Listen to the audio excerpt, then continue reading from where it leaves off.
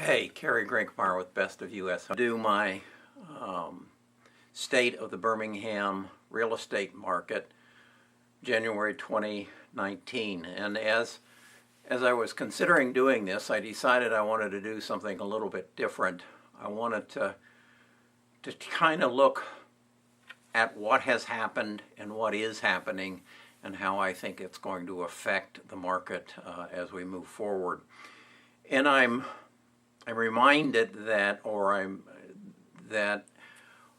for most of 2018 we had a roaring real estate market, we had a roaring stock market, and now middle of November through the end of December, everything's turned in a different direction. Interest rates are going up. They're projected that they'll get up to 5.5%, maybe even 6%, which is normal by the end of the year. Our stock market has turned substantially down. It actually turned into a negative market for the year based on what happened in the last 60 days. Today, last I looked, Apple stock is down 10% based on some situations in China. So I said, what does this remind me of? And what it really reminded me was the turn of the market, all markets, in 2007, 2008. So I decided to take a look at the housing market here in Birmingham and the market that I'm interested in, the luxury market over 750,000, and see if I could draw any conclusions from past history relative to what I see happening today. And so I want to show you this chart I put up, which is basically a history of the Birmingham real estate market, $750,000 and up, from 2008 through 2018. And the thing I want to point out right at the beginning is the average price of a home that sold in Birmingham from 2008 to 2018 for over $750,000. And you can see it virtually is unchanged. There is not a difference of $100,000 in that average price of '08 at 1.131 million up to 2018, 1,115,000. So the price of the homes didn't change, even though we went through this tremendous fluctuation in the market. Looking at 2008, there were 659 houses came to market, 194 or 29% of them sold. That is reflective of the fact that the stock market and the housing market was in a turmoil as a result of the subprime crisis, which took away any confidence in our financial system and our housing system, housing markets in 2008. Then you'll see, as we went over to 9, 10, the number of homes actually went down until we got to somewhere around 2013, and then they started to climb again, the number of homes coming to market. Now, what you got to recognize is in demographics, in 2011, the first baby boomer turned 65, and this is something I've been talking about for quite some time, is 9,000 baby boomers every day in the United States turn 65. As a result of that, I think we're having the baby boomer sell-off, and you can see that even up until this year, the number of homes over $750,000 that came to market, that sold, represent about 40 to 50% of those that come to market. So if you compare this to the 250,000, you have about 78% of the houses that come to market sell. So we've got something going on here that we need to recognize.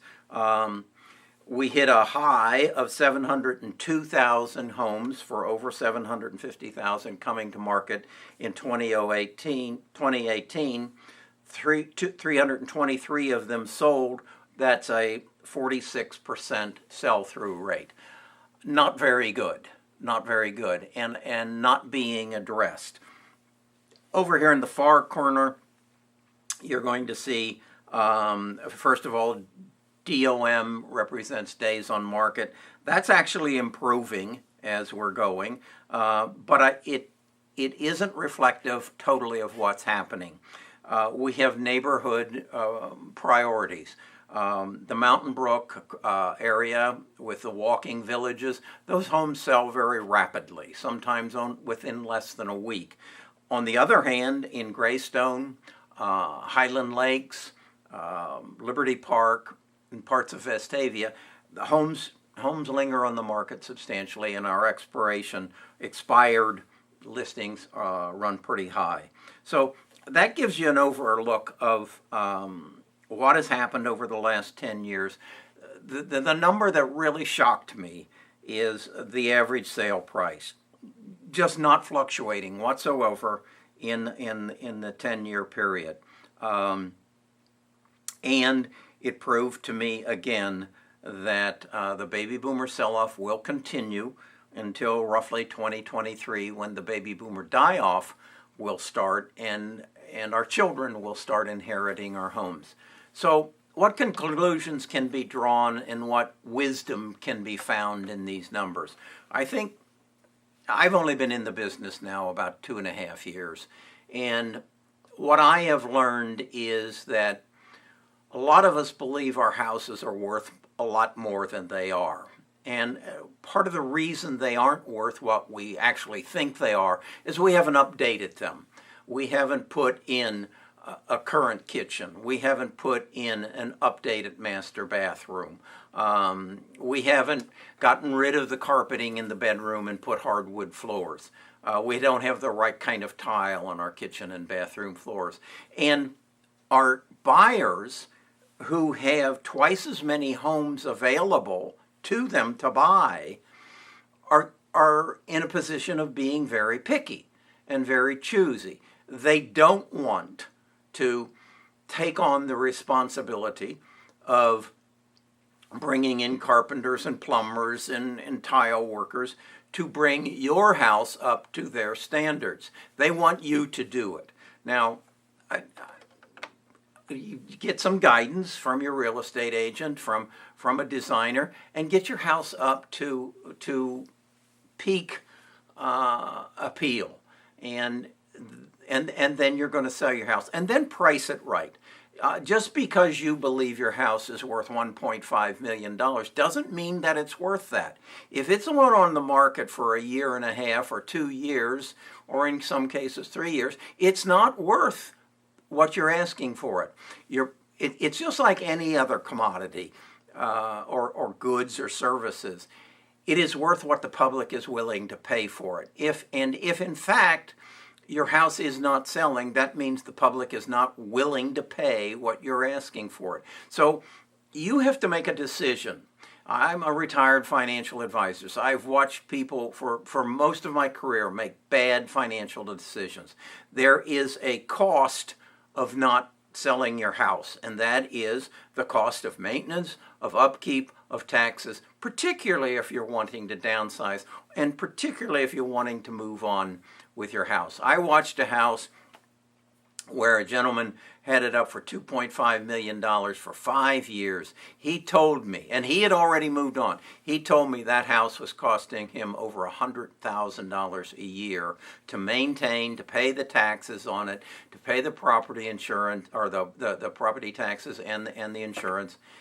And that's just not a good decision. If at the same time he had invested wisely in the stock market, he could have sold his house for substantially less and come out ahead. So pay attention to the numbers. What do I think is going to happen? I think we've got a rough year ahead of us. I think the stock market is not going to be kind to us. I think right now some stocks are at some very depressed prices, and the market is going to be weak. If the stock market is weak, the luxury housing market is going to be weak.